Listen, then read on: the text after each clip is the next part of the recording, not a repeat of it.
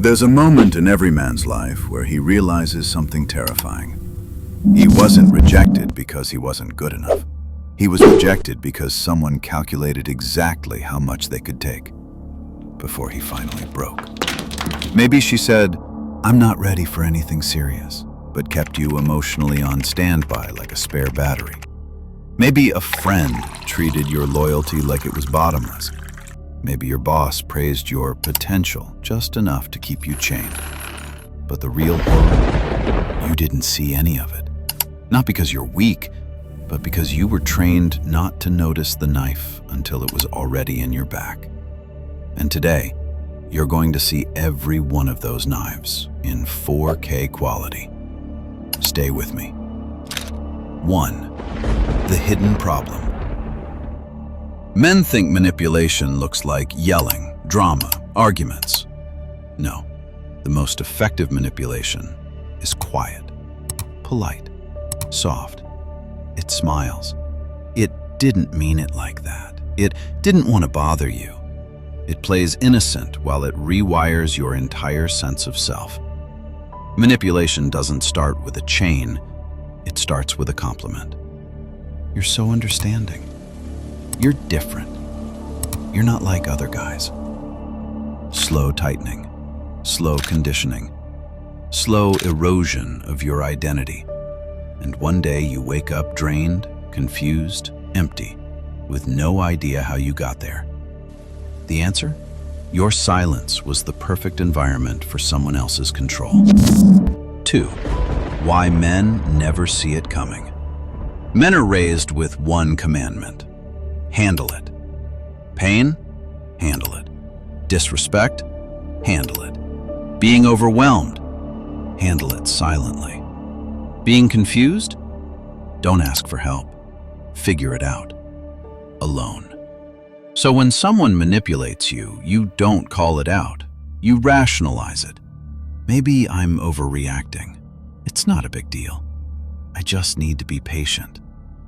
By the time you realize what's happening, you've already been conditioned to stay compliant, quiet, predictable. Manipulators love men like this. They don't need to overpower you. They just need you trained to never speak up. 3. Dark psychology breakdown.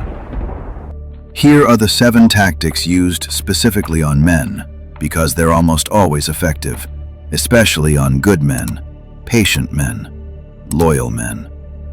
Tactic number 1, selective praise. They never fully validate you. They feed you tiny doses like medication. Your brain starts chasing their approval like a drug. Praise becomes the leash. Tactic number 2, the "you're overthinking" reversal. Every time you notice a red flag, you're being dramatic, it's not that deep, you're reading into things. This isn't confusion, it's psychological disarmament. They're teaching you to distrust your instincts so you'll depend on theirs. Tactic number 3, identity framing. You're the chill guy, you're so understanding, you never get mad. Translation: don't develop a backbone, it ruins the system.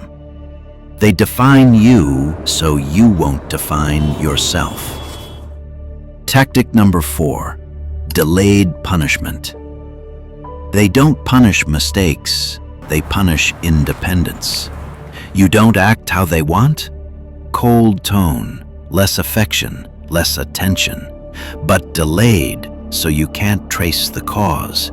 It's subconscious conditioning, and it's brutally effective. Tactic number 5, manufactured uncertainty. Warm today, frozen tomorrow. The unpredictability becomes addictive. You're not in love, you're in withdrawal. Tactic number 6, emotional cash out. They build emotional closeness just deep enough to keep you attached, but shallow enough to walk away guilt-free. You fall, they float. Tactic number 7, guilt programming.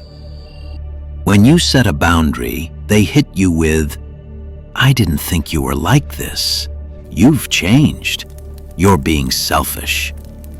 For men, guilt is the easiest button to press, and manipulators smash it like a piano key. 4. The story. Alex. Let's make this real. Meet Alex.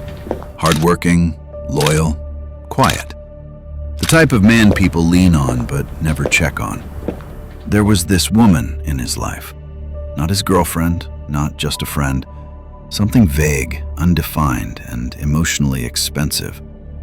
She told him he was amazing, but only when she needed him.